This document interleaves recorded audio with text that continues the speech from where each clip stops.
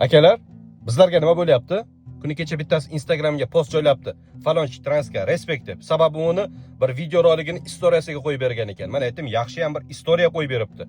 Agar Reels Plus'ga qo'yib berganda to'nqayban berar ekansan. Keyin yana bitta trash videolar oladigan dalboyob chiqib olib nima deyapti? Falon transni sog'indim deb yibonoti qo'shiq qilyapti. Va o'sha qo'shiqning izohida o'sha transni o'zi yozyapti. Bir nima deb. Va o'sha izoh 30 mingta like yig'yapti. Sizlar tasavvur qilyapsizlar? 30 mingta like. Bir paytlari Dilshod degani bo'lardi, ko'chada ko'rgan odam urardi.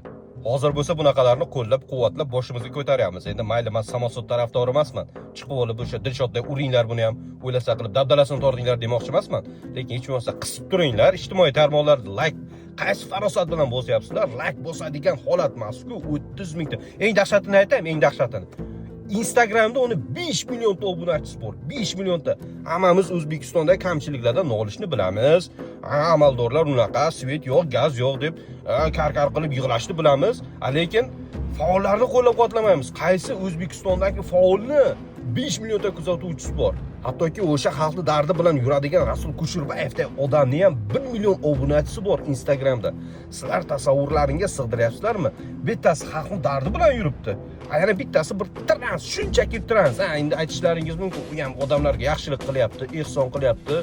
Sal ko'zlaring ochinglar, erkaklik nomuslaring bormi?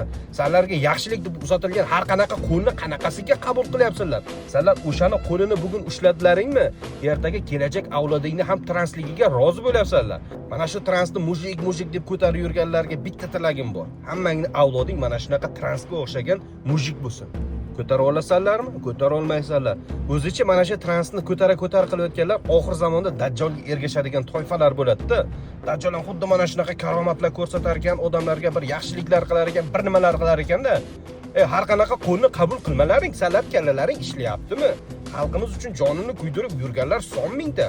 O'shalarni qo'llab-quvvatlalaring qanaqadir bir transga 5 milliondan obuna bo'lgandan ko'ra, bu Rasul Kusherbayevga borib obuna bo'l yoki qanaqadir yaxshi bir blogerga borib obuna bo'l.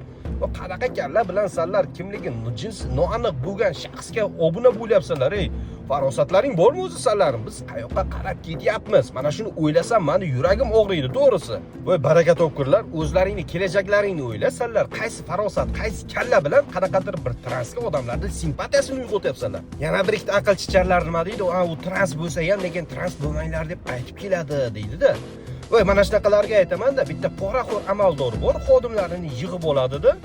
Pora olmanglar deb aytadi. O'sha korxona isloh bo'ladimi? Pora olmaydimi? Yo'q, qaytanga battar pora oladi, rahbar poraxo'r bo'lganligi uchun. Bitta transni sizlar simpatiya qilib olib chiqyapsizlarmi?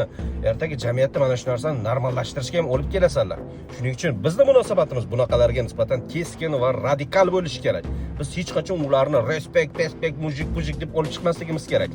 Ertaga mana shunaqalarni norma darajasiga olib chiqasanlarda, ana endi moyilligi borlar oladi, kestirib tashlaydi, yuraveradi mana bu. Qo'shning bo'ladi, uying oldi burning tagidan o'tadi, qalaysan chimo deb qo'yadi. Seni qo'lingga hech narsa kelmaydi o'sha paytda. Chunki ular qonunan ruxsat bo'lib yuradi. Esingdan chiqmasin, ertaga bachchabozlikni bekor qiladi-da, bir-birini orqasiga soldirib yuradi. Sanlar qayerda xato qilgan edik deysanlar.